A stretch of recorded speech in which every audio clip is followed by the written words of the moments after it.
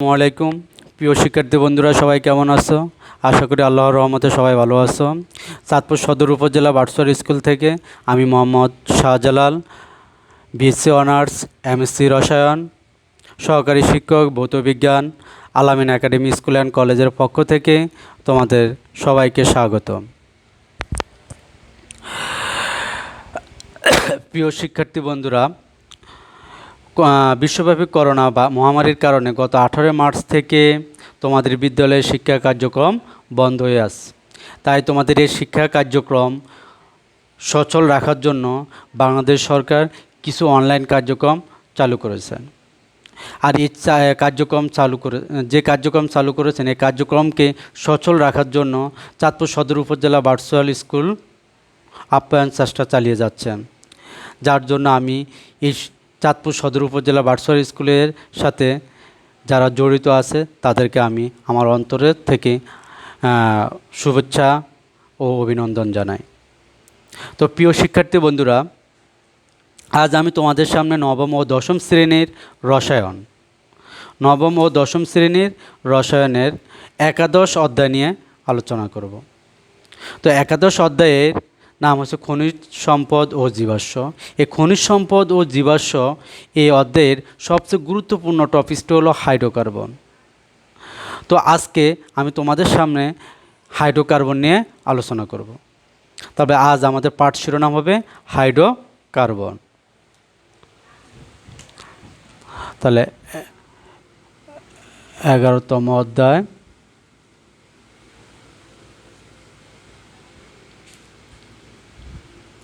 আর পাঠ শিরোনাম হবে আমাদের হাইড্রোকার্বন।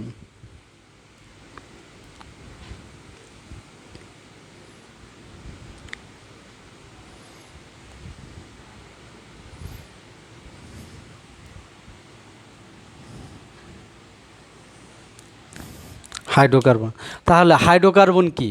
কার্বন এবং হাইড্রোজেনের সমন্বয়ে যে যৌগ গঠিত হয় তাকে আমরা হাইড্রোকার্বন বলি।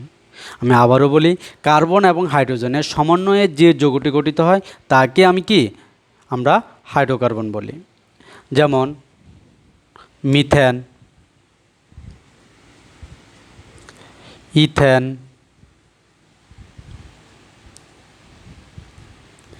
ইথিন,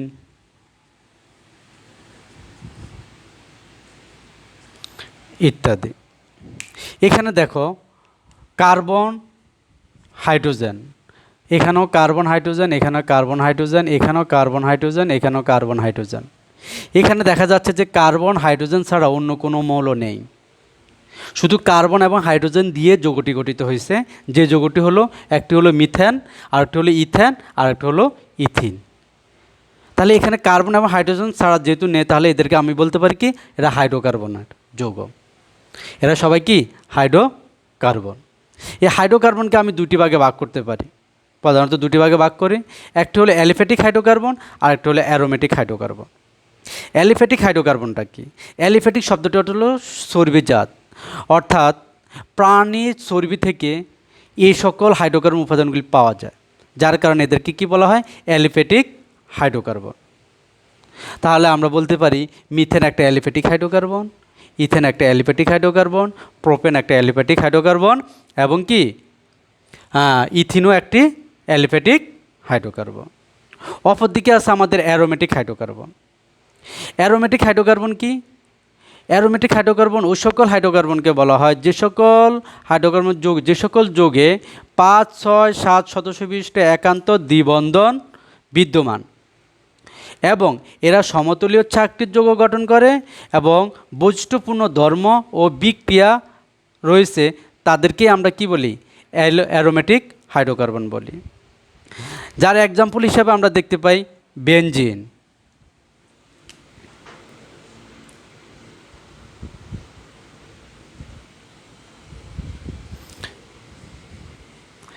এই যে এখানে দুই একান্ত দ্বিবন্ধন রয়েছে, তাহলে আমরা বলতে পারি বেনজিন একটি অ্যারোমেটিক হাইড্রোকার্বন, ন্যাপথলিন একটি অ্যারোমেটিক হাইড্রোকার্বন।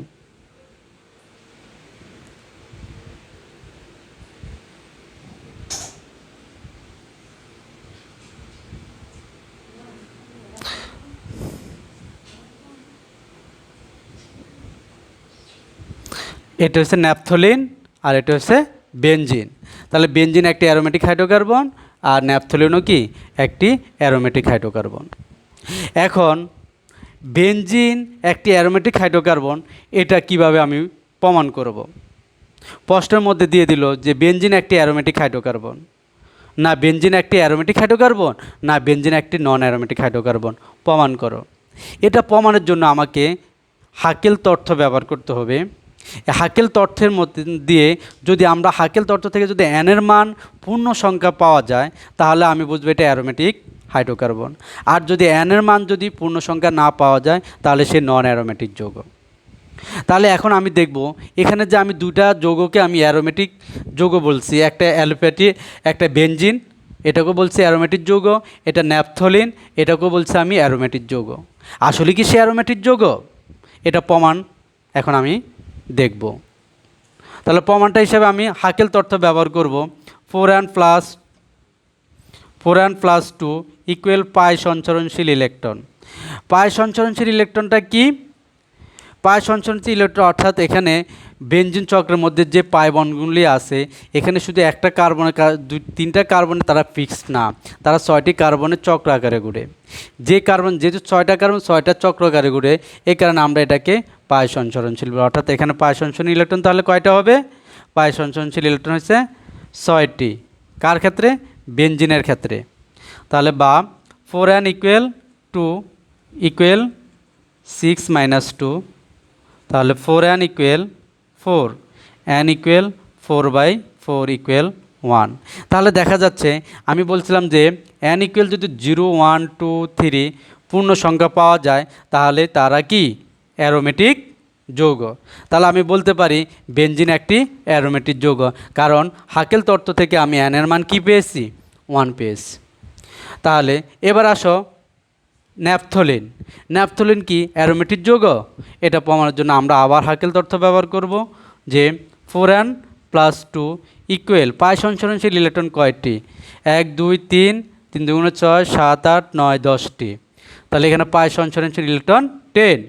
তাহলে 4n = 10 - 2, 4n = 8 বা n = 8, 4, সুতরাং n = কি 2। তাহলে এখানেও দেখা যাচ্ছে n = 2 মানে পূর্ণ সংখ্যা পেয়েছি। তাহলে আমি বলতে পারি এটা বেনজিন একটি অ্যারোমেটিক যৌগ এবং ন্যাপথলিন একটি অ্যারোমেটিক যৌগ। এবার তোমাদের প্রশ্ন আসতে পারে, তোমাদের মধ্যে প্রশ্ন তৈরি হতে পারে যে স্যার তাহলে নন অ্যারোমেটিক যৌগগুলি কেমন, এটা কি কেমন দেখতে আমাদেরকে একটু দেখান। তাহলে নন অ্যারোমেটিক প্রশ্নটা আসতে পারে তোমাদের। তাহলে নন অ্যারোমেটিক যৌগটা আমি একটা উদাহরণ দেখাই দিচ্ছি যে নন অ্যারোমেটিক যৌগগুলি কেমন হয়। যেমন আমি একটা উদাহরণ দিয়ে দেই, সাইক্লোবিউটিন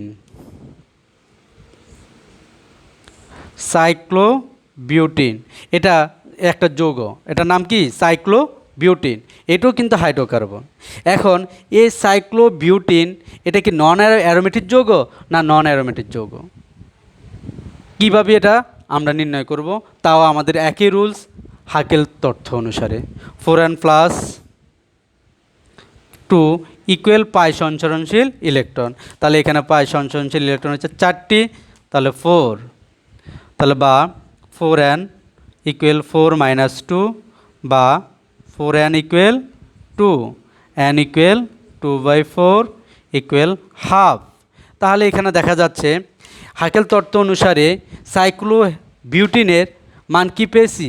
n এর মান ½ পেয়েছি, যার কারণে আমি বলতে পারি সাইক্লোবিউটিন একটি নন অ্যারোমেটিক যৌগ। তাহলে শিক্ষার্থী বন্ধুরা আমরা এখন বলতে পারব অ্যারোমেটিক যৌগ কী এবং অ্যারোমেটিক যৌগ কিভাবে নির্ণয় করতে হয়।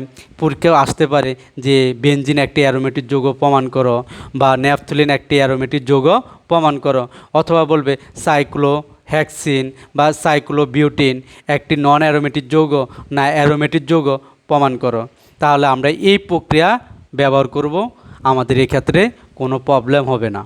তাহলে এই প্রক্রিয়ায় আমরা অ্যারোমেটিক যৌগ এবং নন অ্যারোমেটিক যৌগ নির্ণয় করতে পারবো। তাহলে আমরা পূর্বে ফিরে যাই, তাহলে হাইড্রোকার্বনকে আমরা দুটি ভাগে ভাগ করছিলাম, একটা অ্যালিফেটিক হাইড্রোকার্বন আর একটি নন অ্যারোমেটিক হাইড্রোকার্বন। অ্যালিফেটিক হাইড্রোকার্বন কি এটা আমরা জানলাম, অ্যারোমেটিক হাইড্রোকার্বন কি এটাও আমরা জানলাম। এবার অ্যালোফেটিক হাইড্রোকার্বনকে আবার দুটি ভাগে ভাগ করা হয়, একটা হলো মুক্ত শিকল হাইড্রোকার্বন আর একটা হলো বদ্ধ শিকল হাইড্রোকার্বন। মুক্ত শিকল হাইড্রোকার্বন কি, যে সকল হাইড্রোকার্বনের কার্বনগুলি মুক্ত অবস্থায় থাকে, হাইড্রোকার্বন শিকলে কি কার্বনগুলি মুক্ত অবস্থায় থাকে, তাদেরকে আমরা মুক্ত শিকল হাইড্রোকার্বন বলি। যার এক্সাম্পল হিসেবে আমরা বলতে পারি ইথেন, ইথিন, আরও উদাহরণ দিতে পারি আমরা,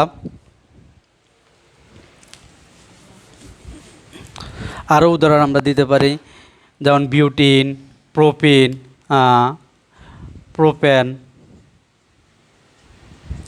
প্রোপেন, তারপর হচ্ছে বিউটিন,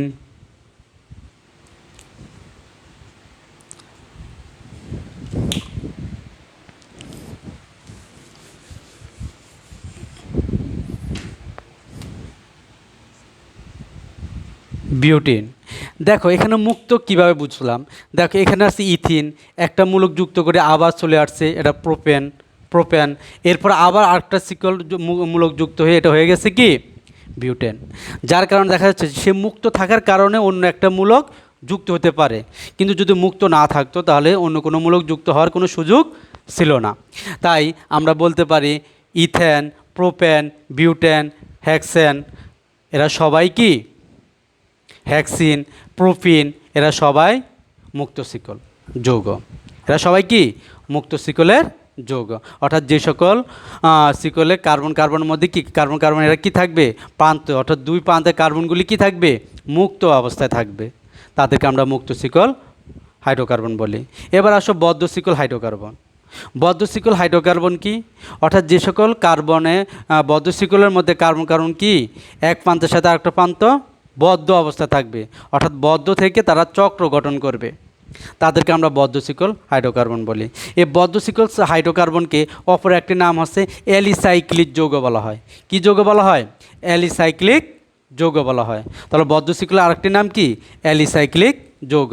তাহলে এক্সাম্পল হিসাবে আমরা কি দেখতে পাই, দেখো এক্সাম্পল হিসাবে আমরা দেখতে পাই বদ্ধ শিকল হাইড্রোকার্বন অথবা অ্যালিসাইক্লিক হাইড্রোকার্বন, অ্যালিসাইক্লিক যৌগ। যেমন দেখো এই কার্বনের প্রান্তের সাথে এখানে আমি হাইড্রোজেন দ্বারা এটাকে পূর্ণ করে নেই। দেখো এই কার্বনের দুই প্রান্তের সাথে এই কার্বন যুক্ত, এই কার্বনের দুই প্রান্তের সাথে আবার এই কার্বন যুক্ত, একটা আরেকটার সাথে বদ্ধ অবস্থায়। এখানে অন্য কোনো মূলক আর প্রবেশ করতে পারবে? প্রবেশ করার কোনো পথ নেই। কারণ কি তারা একে অপরের সাথে এমনভাবে বদ্ধ হয়ে আছে যে তারা একটা চক্র গঠন করে ফেলছে, তারা চক্র গঠন করে ফেলছে। যার কারণে এদেরকে আমরা বলি বদ্ধ শিকল যৌগ অথবা অ্যালিসাইক্লিক যৌগ। এবং এই সকল যৌগের নামকরণের ক্ষেত্রে সাইক্লো শব্দটা ব্যবহার করতে হয়, অর্থাৎ অ্যালিসাইক্লিক থেকে সাইক্লো শব্দ দিয়ে এদের নামকরণ করতে হয়। যেমন সাইক্লো প্রোপেন, এর আগে আমি একটা অ্যারোমেটিক নন অ্যারোমেটিক যৌগ পেয়েছিলাম যেটা বলছিলাম সাইক্লো বিউটিন, তাহলে ওটাও কি অ্যালিসাইক্লিক যৌগ বা বদ্ধ শিকল হাইড্রোকার্বন। তাহলে অ্যালিসাইক্লিক যৌগ এটা, এই কারণে এটাকে বলে সাইক্লো হাইড্রোকার্বন। তাহলে সাইক্লিক প্রোপেন, তাহলে এটাকে বলতে পারি আমরা সাইক্লো বিউটেন, এটাকে বলি সাইক্লো বিউটেন, এটাকে বলি সাইক্লো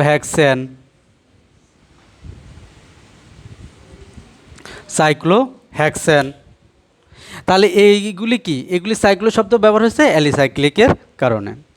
তাহলে আমরা বদ্ধ শিকল জানলাম যে বদ্ধ শিকল হলো ওই সকল কার্বনকে যাদের কার্বন প্রান্তগুলি কি আরেকটা কার্বনের সাথে কী থাকে বদ্ধ থাকে, অর্থাৎ বদ্ধ থেকে তারা বলয় বা বন্ধ যৌগ গঠন করে, বলয় আকার গঠন করে, বদ্ধ হয়ে যায়, একটা প্রান্তের সাথে আরেকটা প্রান্ত যুক্ত হয়ে যায়, অন্য কোনো মূলক এদের মধ্যে প্রবেশ করতে পারে না। এই কারণে এদেরকে আমরা বদ্ধ শিকল হাইড্রোকার্বন বা অ্যালিসাইক্লিক হাইড্রোকার্বন বলি। তাহলে আমরা অ্যালিফেটিক হাইড্রোকার্বনকে দুটি ভাগে আবার ভাগ করছিলাম, একটা মুক্ত শিকল হাইড্রোকার্বন আর একটা বলছিলাম কি বদ্ধ শিকল হাইড্রোকার্বন, আর বদ্ধ শিকলের আরেকটা নাম বলছি অ্যালিসাইক্লিক হাইড্রোকার্বন। এবার আসো মুক্ত শিকল হাইড্রোকার্বনকে আবার দুইটি ভাগে ভাগ করা হয়। একটা হলো সম্পৃক্ত হাইড্রোকার্বন, অপরটি হলো অসম্পৃক্ত হাইড্রোকার্বন। সম্পৃক্ত হাইড্রোকার্বন কি?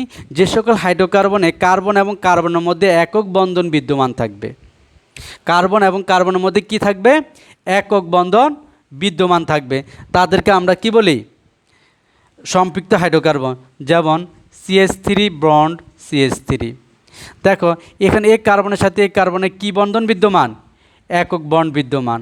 অথবা এটাকে তুমি এভাবে লিখতে পারো, তোমার সহজ হবে আরও। এই যে কার্বন কার্বনের মধ্যে কি, এটাও কিন্তু ইথেন, এটাও ইথেন। এখানে হাইড্রোজেনটা আমরা পরে ব্যবহার করছি, এখানে আগে ব্যবহার করছি, এই পার্থক্য। তাহলে এখানে কার্বন কার্বন কি একক বন্ধন বিদ্যমান। তাহলে আমি বলতে পারি যে সকল হাইড্রোকার্বনতে কার্বন এবং কার্বন একক বন্ধন বিদ্যমান তাদেরকে সম্পৃক্ত হাইড্রোকার্বন বলে। আর অসম্পৃক্ত হাইড্রোকার্বন কি? যে সকল হাইড্রোকার্বনের মধ্যে কার্বন এবং কার্বনের মধ্যে দ্বিবন্ধন অথবা কার্বন এবং কার্বনের মধ্যে ত্রিবন্ধন বিদ্যমান থাকবে তাদেরকে আমরা অসম্পৃক্ত হাইড্রোকার্বন বলি। যার এক্সাম্পল হিসাবে আমরা দেখতে পাই CH3 CH2 double bond CH2, আবার CH3 CH triple bond CH। দেখো এখানে দ্বিবন্ড, তাহলে আমরা বলতে পারি এটার নাম হচ্ছে ইথিন, এটাকে বলতে পারি অসম্পৃক্ত হাইড্রোকার্বন। আবার এখানে ত্রিবন্ড, এটাকেও আমি বলতে পারি এটা অসম্পৃক্ত হাইড্রোকার্বন। তাহলে সম্পৃক্ত হাইড্রোকার্বন কি? যে সকল হাইড্রোকার্বন কার্বন এবং কার্বনের মধ্যে একক বন্ধন বিদ্যমান তাদেরকে আমরা সম্পৃক্ত হাইড্রোকার্বন বলি। আর যে সকল কার্বনের মধ্যে দ্বিবন্ধন এবং কার্বন কার্বনের মধ্যে দ্বিবন্ধন এবং কার্বন কার্বনের মধ্যে ত্রিবন্ধন বিদ্যমান তাদেরকে আমরা অসম্পৃক্ত হাইড্রোকার্বন বলি। এই সম্পৃক্ত হাইড্রোকার্বনকে আবার বলা হয় অ্যালকেন। সম্পৃক্ত হাইড্রোকার্বনকে বলা হয় কি? অ্যালকেন। অর্থাৎ তাহলে আমরা অ্যালকেন কাকে বলে বলবো? যে সকল হাইড্রোকার্বনে কার্বন কার্বনের মধ্যে একক বন্ধন বিদ্যমান তাদেরকে আমরা অ্যালকেন বলি। আর ওই অ্যালকেন যৌগটাই হলো কি? সম্পৃক্ত। অর্থাৎ কার্বন কার্বনের মধ্যে একক বন্ধন, এটাকে বলি আমরা অ্যালকেন। এই অ্যালকেনটাই হলো সম্পৃক্ত। এই অ্যালকিনটা হলো কি? সম্পৃক্ত হাইড্রোকার্বন। এরপর কার্বন কার্বন দ্বিবন্ড, এটাকে বলি আমরা অসম্পৃক্ত। এই অসম্পৃক্ত কার্বন কার্বন অসম্পৃক্ত হাইড্রোকার্বন দুটি, একটা হলো অ্যালকিন আর একটা হলো কি? অ্যালকাইন। অর্থাৎ দ্বিবন্ধনকে বলে অ্যালকিন আর ত্রিবন্ধনকে বলা হয় অ্যালকাইন। তাহলে আমাদের এখানে যেহেতু কার্বন কার্বন দ্বিবন্ধন, তাহলে এটাকে বলবো আমরা অ্যালকিন। অর্থাৎ এটা অসম্পৃক্ত। আবার কার্বন কার্বন ত্রিবন্ড, এটাকে বলি আমরা অ্যালকাইন।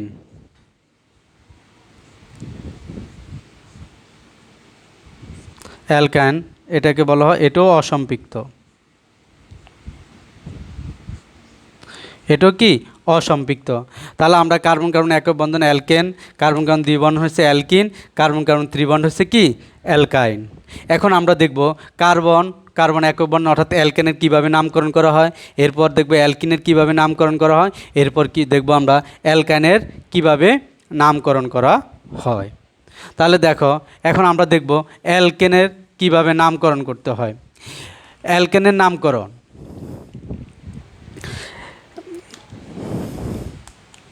অ্যালকেন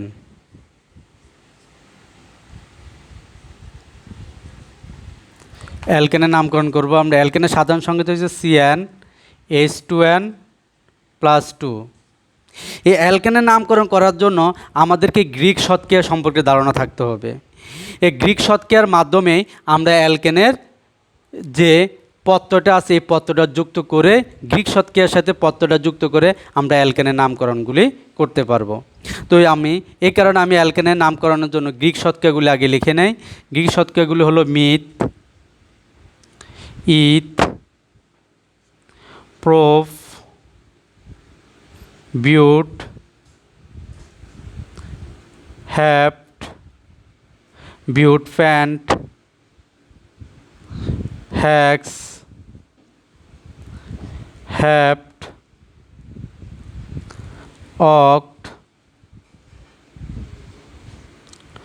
অক্ট, নন, ড্যাক। তবে এখানে একটু খেয়াল করো, এখানে মিথ, ইথ, প্রোফ, বিউট এ পর্যন্ত আমাদের ঠিক আছে। গ্রিক শতক্রিয়া ঠিক আছে, কিন্তু পরে প্যান্ট থেকে ড্যাক এখানে আমাদের আ প্রত্যয় যুক্ত করলেই গ্রিক শতক্রিয়া হয়ে যাবে। যেমন প্যান্টা, হ্যাক্সা, হ্যাপটা, অক্টা, ননা, ডেকা। কিন্তু এখানে আ প্রত্যয় আমি এখানে যুক্ত করি না এই কারণেই যে আ প্রত্যয় যদি আমি যুক্ত করি তাহলে এই যে এই নামকরণগুলি আমরা নাম মিলাতে পারবো না।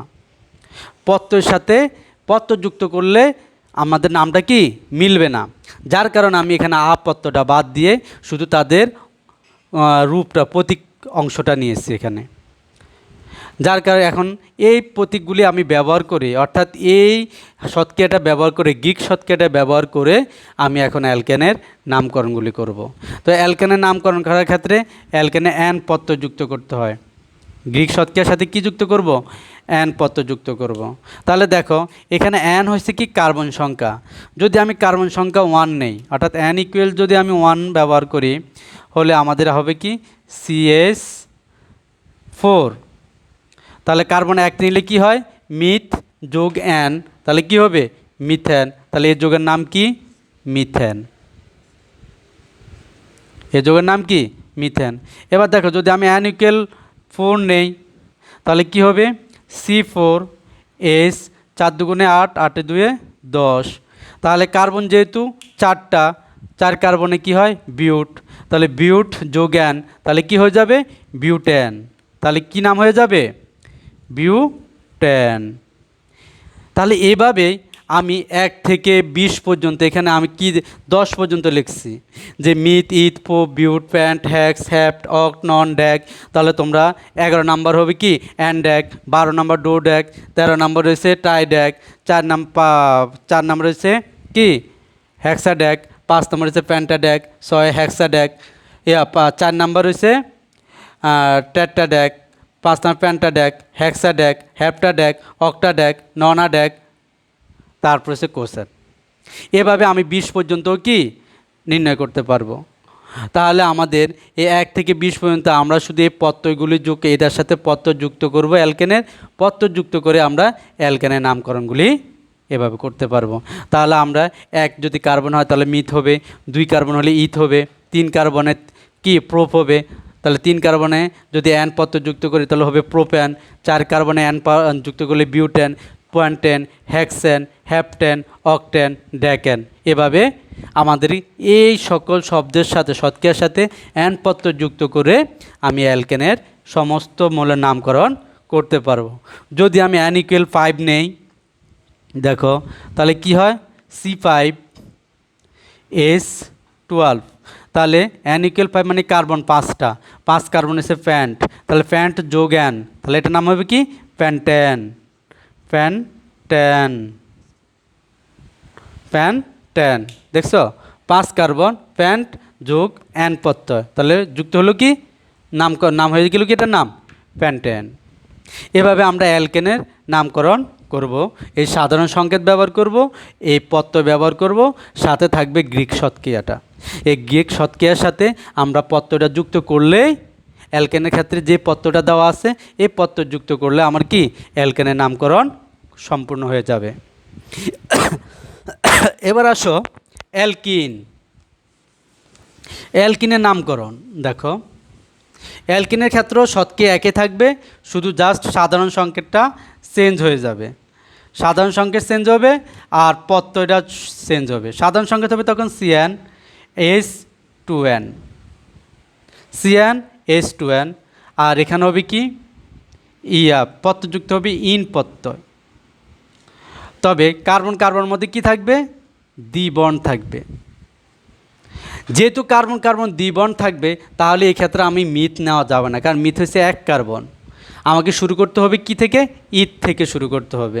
তাহলে দেখো আমি যদি অ্যান ইকুয়াল 2 নেই তাহলে কি হবে? C2H4, C2H4। তাহলে হয়ে যাবে কি? C2 মানে কার্বন 2টি, কার্বন 2টি হলে ইথ, প্রত্যয় যুক্ত হবে ইন, তাহলে ইথ যোগ ইন, তাহলে হবে কি? ইথিন। ইথ যোগ ইন, তাহলে কি হবে? ইথিন। কার্বন আমি 5টা নেই, অ্যান ইকুয়াল 5, তাহলে কার্বন হবে C5, 5 দুগুণে 10 হাইড্রোজেন। তাহলে এটার নাম হবে 5 কার্বন প্যান্ট যোগ ইন, তাহলে কি হবে? প্যান্টিন, এটার নাম হবে কি প্যান্টিন, প্যান্টিন। এখন এদেরকে যখন আমি ভেঙে লিখতে যাব তাহলে এইভাবে লিখতে হবে, যেমন কার্বন দুইটা কার্বন দিয়ে দিলাম, কার্বন দুই বন্ডের মধ্যে কি থাকবে দ্বিবন্ড থাকবে, দুইটা দ্বিবন্ড, হাইড্রোজেন দুইটা, হাইড্রোজেন দুইটা। তাহলে আমাদের প্যান্টিন এটাকে আমরা দ্বিবন্ড তাহলে ডাবল হলো এখানে এক্ষেত্রে। এবার আমরা যদি প্যান্টিনকে ভাঙি তাহলে কি হবে, কার্বন 5টা, যে কোনো একটাতে দ্বিবন্ড দিয়ে দিব। এবার এখানে হাইড্রোজেন 3টা, এখানে 2টা, এখানে 2টে, এখানে এখানে 1টা, আর এখানে 2টি। এখানে কারণ কার্বনের বন্ড হচ্ছে কয়টি, 4টি, যার কারণে আমাদেরকে 4টি কার্বনের বন্ড ফিল আপ করতে হবে। তাহলে এই ক্ষেত্রে আমরা অ্যালকেনের নামকরণগুলো দেখলাম।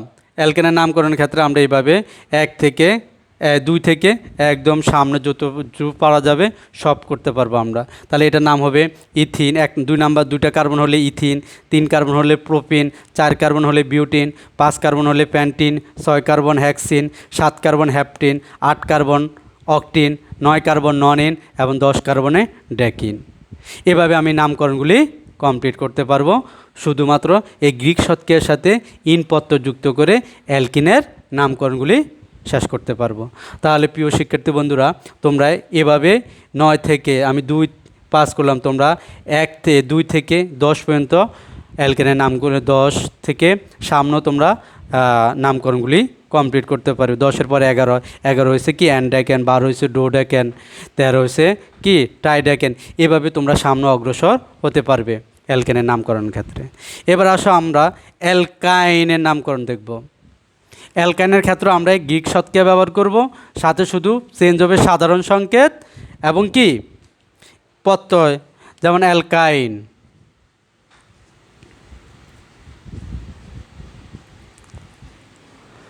অ্যালকাইন সি ট্রিপল বন্ড, সি 3টা বন্ড থাকে, সাধারণ সংকেত CN H2N -2 আর আইন প্রত্যয় যুক্ত হয়। তাহলে এটার ক্ষেত্রে আমরা সাধারণ সংকেত কি CN H2N -2 এবং এদের মধ্যে কার্বন কার্বন ত্রিবন্ড থাকবে, প্রত্যযুক্ত হবে আইন। তাহলে এটার ক্ষেত্রে মিনিমাম 2টি কার্বন নিতে হবে। তাহলে নাম্বার n = 2 হলে কি হবে C2H2 হবে।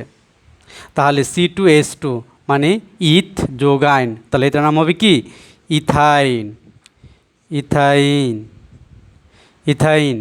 ঠিক আছে, আর এটাকে ভেঙে আমি লিখতে পারি কার্বন ত্রিবন্ড, কার্বন হাইড্রোজেন, হাইড্রোজেন, কারণ একটা বন্ড বাকি ওটা হাইড্রোজেন দ্বারা ফিল আপ করে দিতে হয়। তাহলে এখানে যেহেতু এটা ফিল আপ করতে হাইড্রোজেন দ্বারা, কেন, কারণ এটা হাইড্রোকার্বন। এখন এখানে কার্বন ত্রিবন্ড আছে, তাহলে আমরা শর্ত হয়েছে কি 3টা বন্ড থাকতে হবে কার্বন কার্বনের মধ্যে। যদি আমি n = 5 নেই বা 4 নেই তাহলে কি হয় C4 4 2 8 থেকে 2 তাহলে কত হয় H6। তাহলে এটাকে ভেঙে এটার নাম কি হয় C4 মানে কি বিউট, তাহলে বিউট যোগ আইন, তাহলে এটার নাম হচ্ছে কি বিউটাইন, এটার নাম কি বিউটাইন। তাহলে এটাকে ভেঙে আমি কি লিখতে পারি 4টা কার্বন আগে লিখে নেব আমরা একক বন্ড দিয়ে। এবার যে কোনো একটা কার্বন কার্বনের মধ্যে ত্রিবন্ড থাকবে, কার্বন কার্বনের মধ্যে কি থাকবে ত্রিবন্ড থাকবে। তাহলে H3 এখানে 3টা বন্ড খালি, এখানে একটা বন্ড 2টা বন্ড খালি, এখানে 2টা বন্ড খালি, এখানে বন্ড খালি কয়টা 1টা 2টা 3টা, এখানে কোনো বন্ড খালি নাই। আর এখানে বন্ড খালি কয়টা একটা, এখানে বন্ড একটা খালি। তাহলে এখানে দেখা যাচ্ছে আমাদের কার্বনগুলি ফিল আপ হয়ে গেছে। তাহলে একটা ত্রিবন্ড থাকতে হবে, তাহলে এটা নাম আমরা কি দিয়েছি নাম, এটা হচ্ছে বিউটাইন। কারণ কার্বন হচ্ছে 4 কার্বনে বিউট যোগ আইন, তাহলে যুক্ত হয় কি বিউটাইন। তাহলে এভাবে আমরা অ্যালকাইনের নামকরণগুলি 2 থেকে সামনে 10-এর পরও আরও বেশি করতে পারবো। যে নামগুলি হতে পারে ইথাইন, প্রোপাইন, 4 কার্বনে বিউটাইন, 5 কার্বনে প্যান্টাইন, 6 কার্বনে হ্যাক্সাইন, 7 কার্বনে হ্যাপটাইন। এভাবে আমরা সামনে অগ্রসর হতে পারবো। তো প্রিয় শিক্ষার্থী বন্ধুরা, আজ আমি তোমাদের সামনে অ্যালকেন এবং অ্যালকিন ও অ্যালকাইনের নামকরণ, প্রথমে আমি হাইড্রোকার্বন কি এটা সম্পর্কে বললাম এবং হাইড্রোকার্বনের শ্রেণীবিন্যাস সম্পর্কে বললাম। এরপর অ্যালকেন এবং অ্যালকিন ও অ্যালকাইন সম্পর্কে তোমাদের কাছে উপস্থাপন করলাম। অ্যালকেন এবং অ্যালকিনের নামকরণ পড়লাম। তো আজ এই পর্যন্তই। পরবর্তী ক্লাসে যদি আমি আসি তাহলে আমি পরবর্তী অ্যালকিনের পর থেকে তোমাদের সামনে উপস্থাপন করব অ্যালকোহল, অ্যালডিহাইড এবং কার্বক্সিলিক অ্যাসিড, এদের নামকরণ এবং এর সাথে অ্যালকিন ও অ্যালকাইনের বিক্রিয়া সম্পর্কে তোমাদের সামনে উপস্থাপন করব। আজ এই পর্যন্তই। সবাই ভালো থাকো, সুস্থ থাকো। আল্লাহ হাফেজ।